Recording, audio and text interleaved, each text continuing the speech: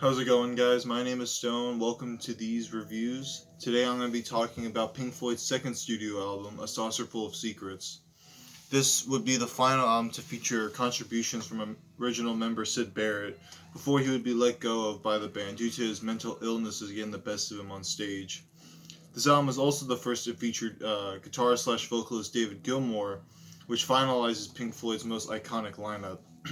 Drummer Nick Mason has often referred to this record being his favorite in their discography, as he considers it to be a transitional period for the band. They would leave behind their quirky psychedelic pop elements that were felt on Piper at the Gates of Dawn and move into a new musical direction from the late 60s into the early 70s. Now, I think that this album fits perfectly with the psychedelic era that had been moving into 1968 at this time. And though I wouldn't say that this record is as influential or as experimental as its predecessor, I'd still say that Saucerful of Secrets is, in my opinion, some of the most psychedelic music to have come out of Pink Floyd's discography, as well as some of the best psychedelic rock of the 60s.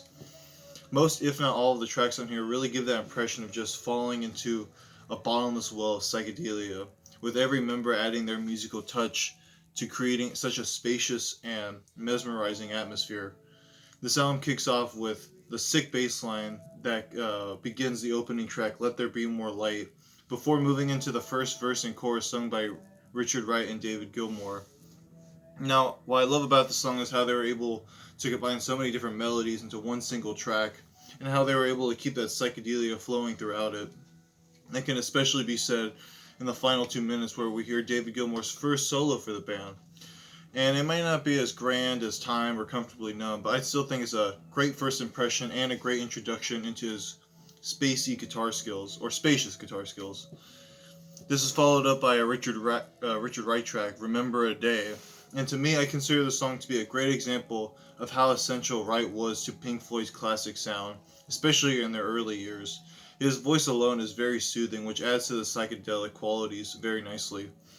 And to talk about the music on here is another thing, because most of the musical flourishes on here is just so uh,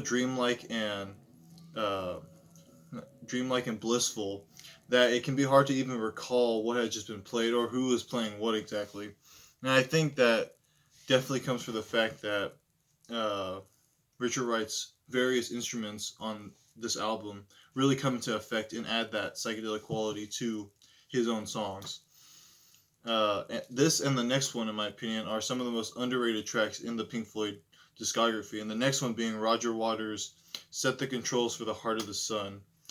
Now, you couldn't ask for any more psychedelia from a song like this. I'd say that the track, or the title of this track, fits perfectly with the music because already in the first 30 seconds, it feels like we're aimlessly lost in space looking for the heart of the sun, as the title suggests. Though I'd say that A Saucerful of Secrets overall is a great space rock record, I'd say that this track in particular really represents that kind of music. I wouldn't say that's my favorite track on the album. If anything, it might be my least favorite, but that's not to jab it at all or say it's bad because I still love it. And I've gotten to appreciate it more returning to this album for the review, so I'd suggest checking it out. It's very trippy. We move on from that super psychedelic piece, however, to the heavy rocker Corporal Clegg. This closes side A on a rather enjoyable note, in my opinion. I like how Pink Floyd has that bite with their heavier songs, and I don't think they lose it on a track like this. You can usually feel it on like their stuff like the Nile song and Not Now John, but I think they were able to keep it here and add some humor to the track with a prominent kazoo melody that I think adds a charm to the track. And it's one of the first political songs in their discography as well. Though it is more uh, sarcastic with its message, it still technically is a political song and one of the many that Roger Waters would bring to the table. I also happen to love how the song gets very chaotic towards the end, how it just abruptly stops. It unintentionally transitions into what I'd say is the magnum opus of this album, or at least the centerpiece of this album, A Saucerful of Secrets. Now, I've always heard a lot of people say that the live version on Omagama is much better, and though I do enjoy Omagama and that version of the track, I'd say that I like the studio version more just because I think the production adds such a scary and realistic atmosphere to the music. And to get into the music is a totally different story because this must be one of Pink Floyd's most psychedelic songs in their entire catalog, as well as being one of the best psychedelic rock songs you could find from the 60s. I feel like it perfectly captures what other bands are trying to accomplish with their psychedelic music, but Pink Floyd were able to accomplish that in just this 11-minute piece. Not to say that it's short, because I mean, it definitely doesn't drag, but like, especially in the beginning, it grabs your attention with this lingering yet overwhelming effect. Uh, Most of it coming from Richard Wright's various instruments, such as the mellotron and organ. At one point, we're given a melodic drum pattern by Mason that's surrounded by these swirling effects coming from Richard Wright and Gilmour. Things continue to sound spooky until we discover the light at the end of the tunnel, where we reach the final section of the song, "Celestial Voices."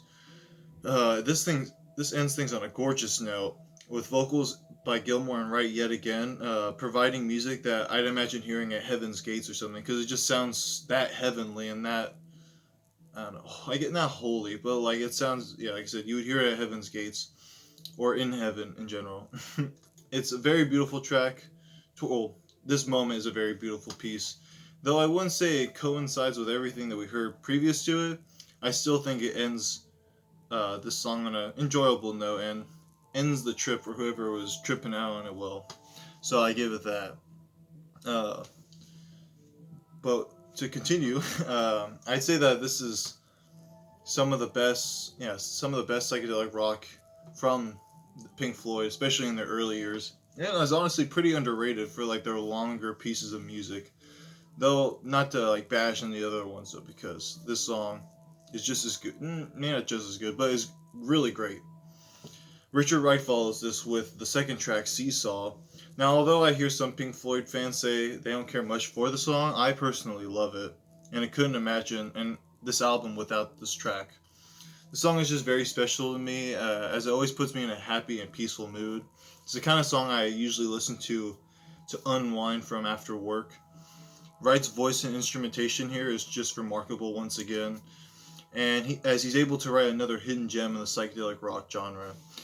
It definitely sounds like something you would hear on their debut album, with it kind of having a magical whimsy to it, something like Matilda Mother.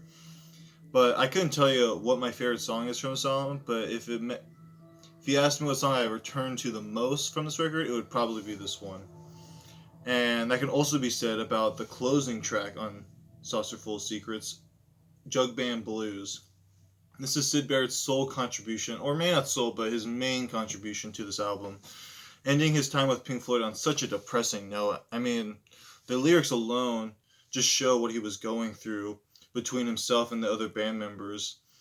And the music carries this feeling with such a somber yet super wacky atmosphere, provided by multiple percussion instruments and brass instruments.